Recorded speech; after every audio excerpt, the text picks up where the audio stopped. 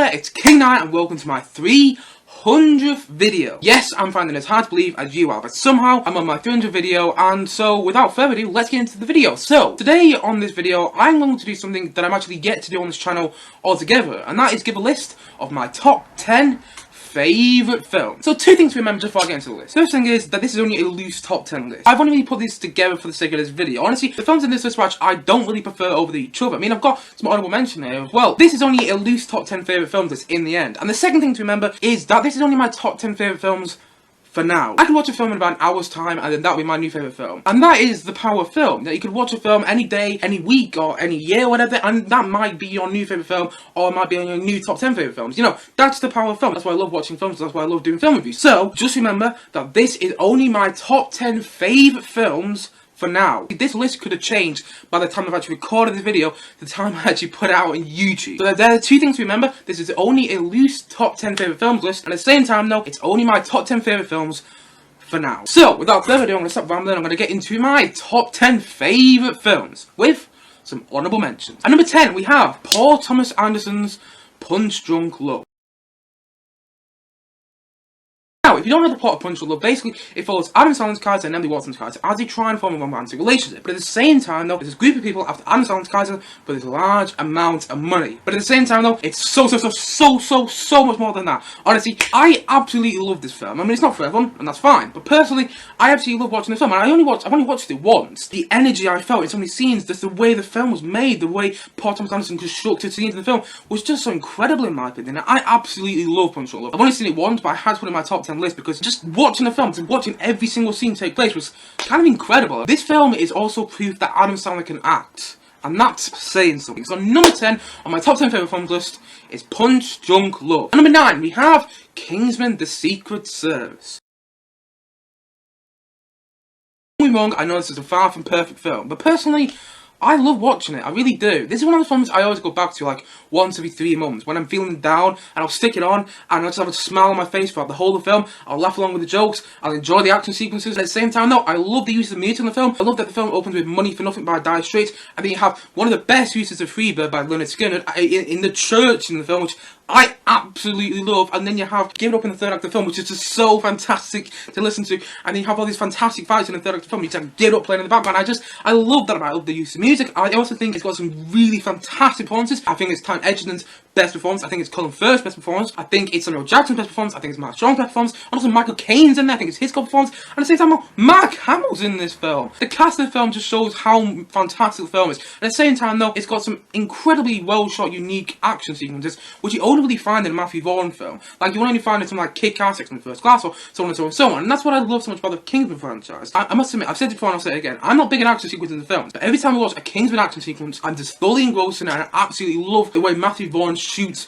Kingsman action sequences. I really do. So, number 9 on my top 10 favourite films is Kingsman: The Secret Service. Number 8, we have The Shawshank Redemption.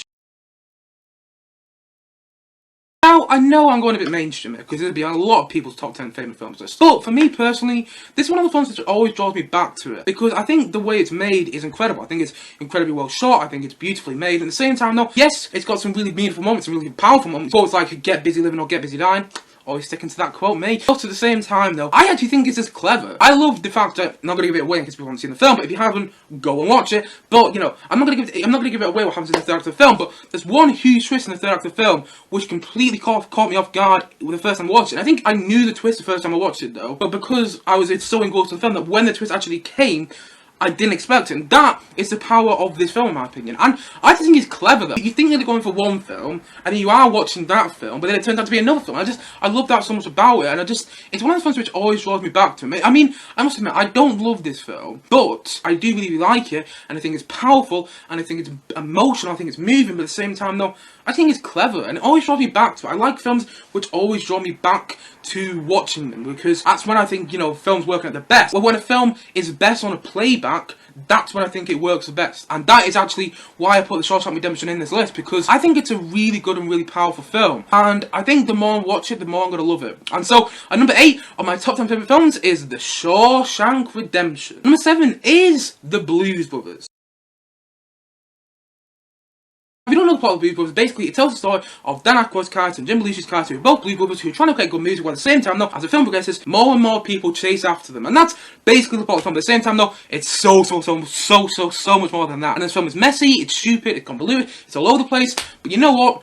I absolutely love it. And it's one of those films which, it kind of delivers on the fact that it's all those films. It's one of the films which it knows it's messy, it knows it's all over the place, and it knows it's convoluted. But you know what? That's what it delivers on. At the same time, though, it's got some absolutely fantastic performances. I love Dan Aykroyd and Jim Belushi in this film. Honestly, there's moments in this film like an explosion will go on behind the characters, the main two characters, and then they'll just get up and look at their watch and like, we late for work, and just walk off as if nothing's happened behind them. And talk about a big explosion. At the same time, though, Carrie Fisher's in this film in a fantastic role. And at the same time, though, there's music in the film which is absolutely brilliant. At the same time, though, this film has some fantastic cameos. You know, Steven Spielberg pops up in the third act of the film, and I didn't even recognise him for the first time I watched it. And the second time I watched it, I was like, that's Steven Spielberg. Didn't even know he was in this film. And I love watching the film. It's messy, it's convoluted, and it's silly, and it delivers on that. And this is one of the films which, every time I watch it, no matter if I'm in bad mood or anything, I just watch it, and I smile, I laugh along with it, and I think it's such an enjoyable film. So, number 7 on my top 10 favourite films is The Blues Brothers. And number 6 on my list is Jurassic Park. Now personally, I think this film is genius because I didn't initially love it. I didn't even initially like it. That shows you how good it is, because over the years, I've really come to love this film. I remember I watched this film a couple of years back, I thought it was really good, and then I watched it quite recently. I even did my big in-depth reviews of all 5 Jurassic Park films on this channel. I remember going back and rewatching the first Jurassic Park film and just thinking, this is what film should be. This is what film should deliver on. I mean, it's so beautifully well shot, and at the same time, though, it's not just a film about the dinosaurs. Like Jaws is not a film about the shark, Jurassic Park is not a film about the dinosaurs. A lot of people just go into Jurassic Park thinking, oh, I'm going to get big dinosaur action sequences. Although you do, and those action sequences with the dinosaurs deliver in this film, more than any of the other Jurassic Park films. I'm saying that, I must admit, I do actually quite like The Lost World. But, yes, you do get those, big dinosaur action sequences in the film, but at the same time, though, you get really interesting characters. And it's actually, the film's more about the characters than the dinosaurs, which I just love about it. Like, you think you're going for one film, then it turns out to be another film, but the film actually that you watch is far more interesting than the film you think you're going to get. Take a look at Ian Malcolm, brilliantly played by Jeff Goldblum in the film, who's essentially the angel alongside,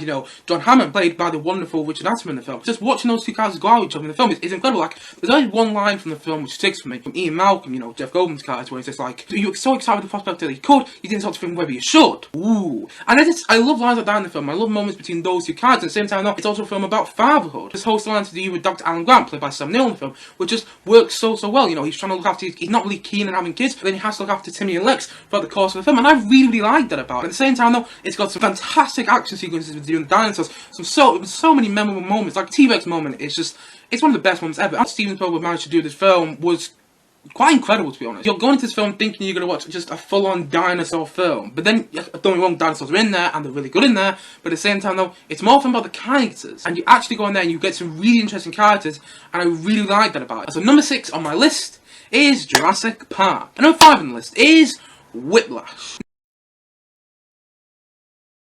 Now, if you know the plot of Whiplash, basically it tells the story of Miles Teller's character, who is a drummer who's driven to perfection by the hands of his teacher, played by J.K. Simmons in the film. But at the same time, though, it's so much more than that. And honestly, I think this film is criminally underrated. Honestly, I know quite a lot of people who just haven't heard of this film, or at least hadn't heard of it until I told them about it, and I absolutely love this film. I mean, I think there's so many incredible things about the film. I mean, I love the performances, particularly J.K. Simmons, who actually got an Oscar for his performance in this film. At the same time, though, I think Miles Teller's brilliant. I don't think he got enough credit for his performance in the film. Honestly, the performances are incredible, but the thing that always does it for me is just the energy of the film. I always remember the feeling I had after the first time I watched it, and just feeling that sense of eagerness, just ready to go and do something, but at the same time thinking, I want to see where that film goes, but at the same time thinking, actually no, that's the perfect place to end it. That's the power of this film, in my opinion. Like, it's got one of my favourite last moments in a film ever. Honestly, I absolutely love the last few moments of the film. The fact is, by the way, that they almost went to a different ending, which would have been like 10 times less effective, but they went with the ending that they did, and I think it paid off in the best way. Honestly, I love the film. I always remember the feeling I had the first time I watched it. I was just feeling, where was that scene going to go? But I'm so happy at the end of that way, but at the same time, that was such an incredible film. And honestly, it really is. It's one of those films which just gets better and better as you watch it through. It's one of those films that get more exciting as you watch it. And I love Whiplash. I think it's criminally underrated. I really do. And honestly, I think it's an absolutely incredible film. It's a film which gets better the more you watch it, in my opinion. So, number 5 on my top 10 favourite films list is Whiplash. And now we are on to number 4, which is Edgar Wright's Hot Fuzz. Now, if you don't know the plot of Hot Fuzz, basically it tells the story of Sergeant Nicholas Angel, played by Simon Pegg in the film, who basically, he is this police officer really good at his job, and because he's so good at his job, he's sent out to the village to go investigate these murders. And as he's investigating these murders, he forms a bit of an unlikely friendship with Nick Frost's character. But then, as he starts to get deeper and deeper into investigating these murders, he starts to realise that maybe they are all connected. And that's basically the plot of the film, but at the same time though, it's so much more than that. I absolutely love Hot Fuzz. I think it's Edgar Wright's best film. I love the energy of it. I love the way Edgar Wright shoots films, and in my opinion, this is his best film because, personally for me, I had kind of an emotional connection with this film because this was the first Edgar Wright film I watched properly. I mean, I had seen Shaun of the Dead before I watched it, but I hadn't watched it properly, if you know what I mean. I had it on the background whilst I was doing something. I have gone back and revisited Shaun of the Dead. I love that film now, but for me, Hot Fuzz, I always have that special connection with, because I think if I watched it now, I could probably see the twist coming from a mile away. But the thing is, not to give too much away, there's a huge twist in the film, but the first time I watched it, I couldn't see that twist coming, and then when the twist came in, I think it's about the second act of the film, yes, the second act, I absolutely loved it. I just went, wow, that is so clever in my opinion. And you know what, it isn't a perfect film, but I don't feel it's trying to be. I just love the fact that it's so fun, it's so energetic, I love the way it's shot, I love the pace in the film, and I think Hot Fuzz is just, in my opinion, the best Edgar Wright film there is, because it's fun, it's energetic, it's so exciting to watch in my opinion. I really enjoy Hot Fuzz. Now, like I said before, maybe if I watch the film now, maybe I won't feel so much love for it. But the thing is, the first time I watched the film, I just remember being shocked at how incredible this film was. I absolutely love Hot Fuzz. I think it's funny, I think it's really well directed, I think it's really well put together, I think it's energetic, and I just think it's an all-round really incredibly fun film. And honestly, I absolutely love Hot Fuzz, I really do. And so number 4 of my top 10 favourite films is Hot Fuzz. And number 3 on this list is Steven Spielberg's Catch Me If You Can. If you don't know the story of Catch Me If You Can, basically it follows the story of Frank William Abagnale Jr., played by Leonardo DiCaprio in the film, who basically, he becomes, I'm going to see if I can get this, a pilot, a lawyer, a doctor, and then gets engaged to Amy Adams' character, and then gets arrested, and then goes to work for the FBI, all before his 21st birthday. And it's based on a true story. At the same time though, it's a lot more than that, but just that story itself is incredible, and just the way the film is directed, and just, I love watching Catch Me If You Can. And the thing is, it's really grown on me over the past couple of years. I can remember the first time I watched it thinking, okay, that's a really good film. I don't love it, I just think it's a really good film. But the funny thing was, this year, or more 2020 actually, I keep forgetting we're in 2021. But anyway, basically, in 2020, and I think it was around summer of 2020, I watched this film basically twice in the space of a week. And I just remember, the first time I watched it, thinking, oh yeah, that's really good, that's really good. But then the second time I watched it again, just thinking, okay, I'm absolutely in love with this film. It's so fantastic to watch. Because at the same time though, it's still Steven Spielberg, just the way it's directed, but at the same time though, it's not. It's got quite a lot of shaky camera movement in there, which Steven Spielberg doesn't always do. And at the same time though, it's so fun and energetic to watch. It's so clever as well. There's so many sequences in the film you're like, oh no, that's clever. Like what Frank William Abagnale Jr. is doing in the film, played brilliantly by Leonardo DiCaprio. And I also think it's Leonardo DiCaprio's best performance as well. And at the centre of it though, the film has this heart between Frank William Abagnale Jr., played by Leonardo DiCaprio, and Frank William Abagnale Sr., played by Christopher Walken, which just works so well. Because yes, you have all these fun and energetic moments in the film, which is so fantastic to watch, but the film always goes back to this heart between those two characters, between this father and son relationship, which just works so well. It really does. At the same time though, Tom Hanks is brilliant in the film. There's this brilliant relationship between Frank William Abagnale Jr., played by Leonardo DiCaprio, and Carl Hanratty, that's his name, Carl Hanratty, played by Tom Hanks in the film, which just works so well. Honestly, the film is fun, it's exciting, it's clever, it's fast paced, it's got some fantastic sequences, particularly the Come Fly Me sequence, which I absolutely love in the film. And at the same time though, it's got this heart of the film which works so well, and it's fun, it's exciting, but at the same time though, it's powerful, it's emotional, and it's moving. And Catch Me If You Can, I absolutely love the film, and it's really grown on me in the past few times I've watched it as well, which is something I really didn't expect to say about the film. And the thing is though, the more I think about Catch Me If You Can, the more I absolutely love it. So number 3 on my top 10 favourite films list is Catch Me If You Can. And number 2 on this list is Indiana Jones and the Last Crusade. Personally for me, this is my favourite Indiana Jones film. Not to diminish the other Indiana Jones films in any way, because I really do love watching them. I love watching Raiders of the Lost Ark, I love watching Temple of Doom. Film of Crystal Skull, I don't actually think it's a bad movie, but I'm not going to get into that today, but I don't hate that film. But the thing is with Indiana Jones and the Last Crusade, I always go back to the film. I watch it like 6 times a year. I love it that much. I love the way it's shot, I love the action sequence in the film, and I love the heart of the film as well. Because what I think this Indiana Jones film has, which triumphs it over the other Indiana Jones films for me, is that it has this solid heart, with Indiana Jones played by Harrison Ford, and Henry Jones Jr. played brilliantly by the late great Sean Connery, which, by the way, I actually think this is Sean Connery's best performance. I absolutely love him in this film, and honestly, it's so fun to watch at the same time though. It's like the Indiana Jones film I always wanted, and I finally got. I remember the first time I watched the film, just thinking this film keeps getting better and better, because like you open this whole Young Indy sequence with River Phoenix playing Young Indy, and then you go into this whole fantastic boat sequence. You get two openings to the film which just work so well, and then you go into all this stuff with Venice, and then that gets more exciting. You go into stuff with all the Germans and everything, then you go into all the stuff, the motorbike chase, and you go into the other stuff with the tank chase and everything. And oh my god, the tank chase in the film, I absolutely love the tank chase so much. The tank chase for me is one of my favourite action sequences in movie history. I mean, don't get me wrong, I know there's better action sequences. I don't get me wrong, I know that. But personally for me, I have that emotional connection with the tank sequence. I always remember the first time I watched that tank sequence, I just thinking to myself, that was incredible. And I'd never seen anything like it up to that point. I mean, obviously I have now. But personally for me, that tank sequence in the film will always just mean something to me. I absolutely love the tank sequence in the film. I really do. And at the same time, though, I love the heart of the film. I love the way the film goes. And at the same time, though, I think it's got John Williams' best Indiana Jones score, which works really well in the film. Honestly, I love the music of the film. I love the way it's used and everything. And I really love Indiana Jones and the Last Crusade. I really do. Personally, it's my favourite Indiana Jones film because it has what not necessarily the other Indiana Jones films were lacking, but didn't have as much of, which was the heart. The heart between Indiana Jones, played by Harrison Ford, and Henry Jones Jr., played by the late great Sean Connery, which just works so well. I absolutely love this film. I really do. Like I said, I watch it about 6 times a year. I laugh, I smile with it. I've seen it about 105 times, and you know what?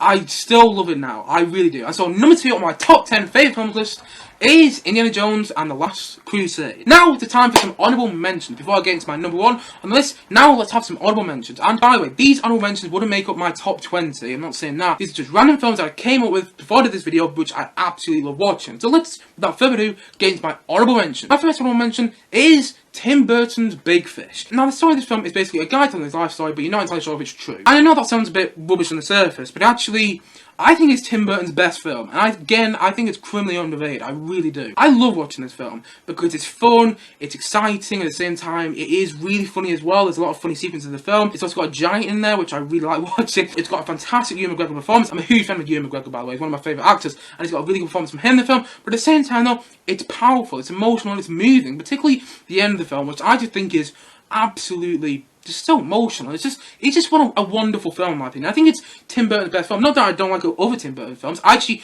really like his style, and I think I really like Beetlejuice. I really like Sleepy Hollow. I recently watched Nightmare Before Christmas, which I actually really like now. But the thing is with this film, I've only seen it once, but just the emotion I felt whilst I was watching it was just so fantastic. And I actually think it's Tim Burton's best film, and I think it's massively underrated. And I'm a huge fan of Tim Burton's Big Fish. And another honourable mention is Bohemian Rhapsody. I know a far from perfect film. Don't be wrong. I know that. I've watched the film many times since I first saw it, and honestly, I can clearly tell that it has its problems. But personally, I still love this film no matter what. I'll always remember the feeling I had after watching the film for the first time, just having that immense feeling like excitement after watching the film for the first time. I love this film, I really do. And I don't love it just because I'm a Queen fan, although I am. I love the way it's made, I love the montage in the film, and even so it does have some moments in the film which is like, it doesn't work as well as I thought it did initially. Personally, I absolutely love this film, and I know it's far from perfect, but I just wanted to put it as one of my honourable mentions on this list. Another honourable mention is the Darjeeling Limited. And I'm not going to talk much about this one, because I did actually do a review of this quite recently on this channel, but the thing is, with the Darjeeling Limited for me, is I actually think it's Wes Anderson's best film. It's one of the films which always draws me back to wanting to go watch it. The way it's made, the way it's shot, and it's a really, really wonderful film in my opinion. But I'm not going to talk about it much. All I'm going to say is my favourite Wes Anderson film, and it's one of my honourable mentions, which is the Darjeeling Limited. Another honourable mention is Peter Jackson's King Kong. Now, I know this film is for everyone. Personally, I love it. Like, I'm a sucker for monster movies. I really am. I love watching a good Godzilla or good King Kong film. I'm actually going to get around to reviewing them very, very soon on this channel. But the thing is with Peter Jackson's King Kong, in my opinion, yes, you have those fantastic moments with King Kong in this film, but at the same time, though, you actually have interesting characters which work really, really well. Like, the film didn't actually have any monsters for the first hour, at least the version I watched. I might watch the extended cut, which makes a bit of sense, but the thing with the first hour of this film, you just watch these characters, you just get to know these characters, and then when things do happen to them on Skull Island, you're like, oh my god, what's going to happen? I'm really invested in these characters. Oh my god, I don't want anything bad to happen. And I love the fact that we spend so much time at Skull Island as well. I love that. I love the fact that they have this fantastic New York sequence at the end of the film as well, which just works so well. I think Peter Jackson's King Kong is the best monster movie I've seen yet, and I just had to give it an honourable mention. Another honourable mention is Martin Scorsese's Goodfellas. The thing is with Goodfellas, I've only seen it once. If I'd watch it like twice or anything, maybe it'd actually be on my top 10 list. But the thing is with Goodfellas for me, I remember just the impact I had watching it the first time. I think it's really fun to watch. I think it's got a fantastic soundtrack, some really good performances. Even so, Robert De Niro did, that similar performance he always does in his gangster films like Mean Streets, Casino, and so on and so on and so on. I think he has something different about his performance in the film, which works for me personally more than some of the other Martin Scorsese gangster films. Although I do really like those other films like Casino and Mean Streets, like I said, personally for me, Goodfellas, I just thought it was so incredible, and I just had to put it as one of my honourable mentions. And another honourable mention is Wallace and Gromit, The Wrong Trousers. Now, on a different day, this might actually be in my top 10 list, but I've watched this film for a while, I must admit. The thing is with Wallace and Gromit, The Wrong Trousers, for me, I just love it. I love the fact that the villain in this film is Feathers McGraw. Like, there's a saying to do with the villain in this film, but there's a saying to do with his character, actually, which is something like 90% chicken, 10% penguin, 100% bad. It's something like that. I can't remember what it is now. I think it might be the other way around. It might be, 90% penguin, 10% chicken, 100% bad. But I just love the character so much because he's such a prominent villain. Yet, you don't actually get a line of dialogue from him in this film, and I love that about it. I remember watching The Wrong Trousers for the first time, and just feeling kind of scared at his character as well, which, bear in mind, I was at a quite young age then, but I just remember watching it for the first time just feeling quite scared by his character. I love the music in the film as well. I don't think Julian Nott's scores for the Wallace and Gromit films get enough credit, and at the same time though, I think the film is just so wonderful to watch. I think it's really, really enjoyable, and like I said, on a different day, this might actually make my top 10 list, but for now, Wallace and Gromit, The Wrong Trousers is an honourable mention. And another honourable mention is Edgar Wright's Baby Driver. Yes, another Edgar Wright film, and again, on a different day, this might actually be my top 10 list. But the thing is with Baby Driver, the more I watch it, the more I actually like it. And I've only seen it twice, but when I watched it the first time, I really liked it. I really liked it. But then the second time, I liked it even more. But I didn't love it. But I've got a feeling if I watch it a third time, or even a fourth time, even a fifth time, I will love it eventually. And so I actually really enjoy Baby Driver at the moment, but I feel I should go and watch it again before giving it more of a, precise rating, because I feel it's one of those films that the more I watch it, the more I'm actually going to like it. On a different day, this actually might be in my top 10 list, but for now, it's just an honourable mention. And another honourable mention, like I said, there's quite a few honourable mentions. Sorry about that. There's so many films I absolutely love watching that I couldn't fit into my top 10 list, but another honourable mention is Quentin Tarantino's Django Unchained. Now, in my opinion, Django Unchained is Quentin Tarantino's best film. I love watching the film. I really do. I've seen it, I think, 3 times now, and I really, really love it every time I watch it. I love the way the film's paced. I love so many sequences in the film. I love the fact that you have all these serious sequences. Like, there's one actually really dark sequence in particular, where there's a group of people trying to kill Django at one stage, played by Jamie Foxx. But then that really dark sequence just goes funny, and I really like that about it. I really like the way it's shot, the way it's made. I love the use of music in the film. I love Quentin Tarantino soundtracks, by the way. I'm not always a fan of his films, I must admit, but I do really like his soundtracks for films, and I really, really love Django Unchained. And again, on a different day, this will play in my top 10 list. But for now, I'm going to say that Django Unchained is an honourable mention, but a very worthy honourable mention. Is that it in my honourable mentions? Is that it on my honourable mentions? Of course not. There are 2 films which I almost missed out on my honourable mentions. And I'm going to say these 2 films together because they're part of the same franchise. And I've got a feeling people might have guessed what franchise are from by this point. If you hadn't, then I don't think you'd be watching my channel for a while, because honestly, I really enjoy these films. And these films are Rogue One: A Star Wars Story and Star Wars Episode 6: The Return of the Jedi. Now, in my opinion, I just think these films are really, really enjoyable. At the same time, though, they're just fantastic Star Wars movies that did something to the Star Wars franchise which made me love it more. That's what I'm saying. Like, Rogue One: A Star Wars Story, in my opinion, is the best of the Disney Star Wars movies. Not to say I don't like the others, as much as before. I'm actually quite a fan of the sequel trilogy, and I actually really like Mandalorian. But the thing is, with Rogue One: A Star Wars Story, that, in my opinion, is the best thing that Disney Star Wars has come up with in the past couple of years. Because I remember going into that film thinking, oh, it'll be alright, and I remember actually having such a fun and exciting experience watching the film. But the thing is with Rogue One that always makes me like it, it's not the Darth Vader scene, although I absolutely love that scene. No, it's the fact that it actually taps into something darker about Star Wars, which I really liked about it, which I didn't expect to. And honestly, hearing about, the production issues that the film went through, and the fact that it still works incredibly well, in my opinion, just makes me love it more, really, because, honestly, I just think the film has got some really exciting sequences.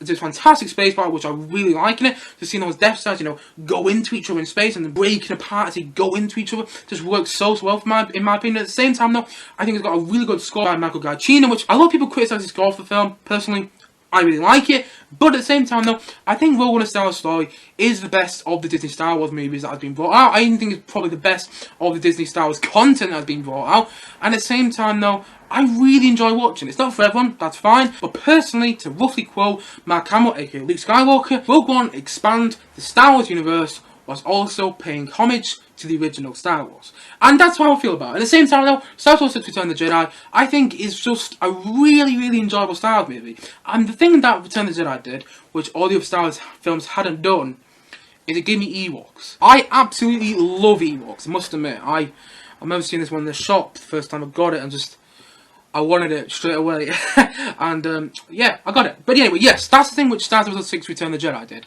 It brought me Ewoks, which I really like about it. I mean, I don't just love that film because it brought me Ewoks, but personally, I love Ewoks, I really do. At the same time though, of course, Return of the Jedi is a good film as well. I think it's well made. I love the opening sequences of the film. I love the whole stuff with Jabba Palace and, you know, when you see Luke first get out the green lightsaber in the film. I love that whole sequence in it. And at the same time though, I love the final sequence of it. I love they have this Ewok battle in the forest, and at the same time I love the space battle in the film. I love the sequences between Palpatine, Luke and Vader. And I really, really enjoy Return of the Jedi. I mean, not to diminish any of these other Star Wars movies anyway. I mean, I know I've just picked out two here, Rogue One, Star Wars Story, and Star Wars Episode 6 Return of the Jedi, but I do really enjoy some of the I do really like some of the other Star Wars movies. I mean, not the prequels so much, although I do actually like Revenge of the Sith quite a lot. But I do really enjoy the Disney Star Wars sequel trilogy a lot as well. But for me, Rogue One, Star Wars Story, and Star Wars 6 Return of the Jedi are films I have that extra bit of emotional connection with, and so I had to put them on my honourable mentions. And those last two honourable mentions lead into number 1 on my top 10 favourite films. And if you hadn't guessed already, I'm a bit surprised because honestly, well, it's in the same franchise, and the film on number 1 of my top 10 favourite films is Star Wars Episode 5, The Empire Strikes Back. Now, in my opinion, this is a near perfect film. Star Wars Episode 5, The Empire Strikes Back is incredible in my opinion. I absolutely love watching this film. Every Christmas when I always sit down to watch the Star Wars films, I always make an effort watching Empire Strikes Back. You know, more than any other film. Not that I don't make an effort watching the other films, but I love watching The Empire Strikes Back so much. I love the way the film's made. I love that you open the film with this snow battle at Hoth, with AT-ATs and everything. And this whole Wampa sequence as well, early in the film. But before that you have the whole Wampa sequence. Then you get into the Hoth sequence, which I just love so much.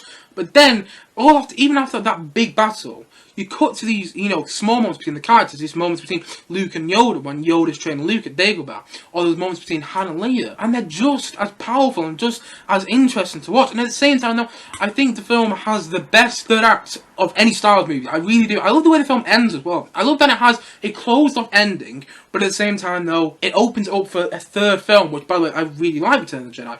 And I love the way that it's made, I love the way it's constructed, I love the way they open with these fantastic sequences, and then, you know, the sequences don't get any less fantastic, they just get smaller, but still really good. I love that some of the quotes in the film, like, judge me by your sight, you know, I can't do a Yoda impression, I tried to just then, and I think I thoroughly embarrassed myself in the video. Well, I already did that anyway, but, you know, quotes from Yoda in the film just stick with you, like, oh, Yoda, I think he knows what he's talking about. At the same time, though, I also think that Empire Strikes Back taps into something which none of the Star Wars movies really did, especially up to this point, or even really have done after, to be honest.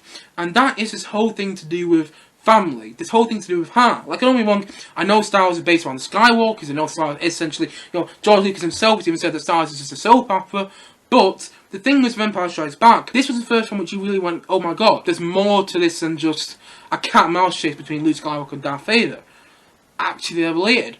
Whoa! That was my reaction to I Am Your Father, by the way. That wasn't my reaction the first time. The thing with the Empire Strikes Back, it tapped into which I think all the other Star Wars films have tried to do, not necessarily succeeded, but that's what I think all the other films, all the other Star Wars films have tried to do, and I think Empire Strikes Back succeeds in that because it's fun, it's enjoyable, but at the same time it does have a heart to it, and quite a shocking heart at that. Just, you know, to find out that Darth Vader and Luke Skywalker, you know, a father and son, it's like, wow, and you know, I am your father. At the same time, though, I think it's got John Williams' best Star Wars score in there.